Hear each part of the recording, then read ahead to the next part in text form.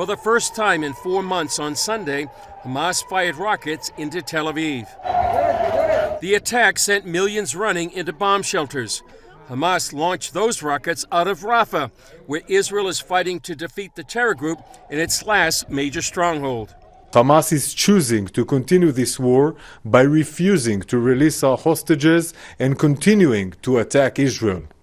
Hamas is holding 125 of our people hostage across our border in Gaza. The Israel Defense Forces say they're continuing their operations in Gaza, including Rafah, since they're fighting in accordance with last week's ruling by the International Court of Justice. A senior Israeli official said the court said not to commit genocide, and Israel is not committing genocide while fighting according to international law.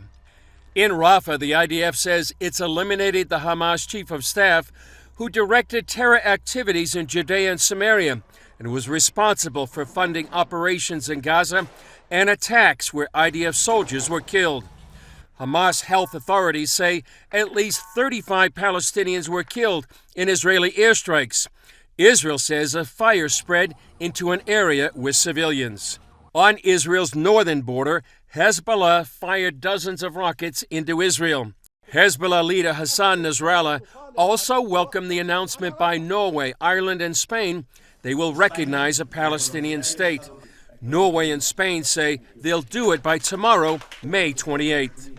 But a Palestinian human rights advocate wrote that recognizing a Palestinian state after October 7th would send a dangerous message that sexual violence and terrorism against civilians can successfully achieve political gains. In Tel Aviv, thousands gathered at the funeral of Hanan Yablanka, a Brazilian Israeli whose body was recovered in Gaza after he was murdered by Hamas at the Nova Music Festival.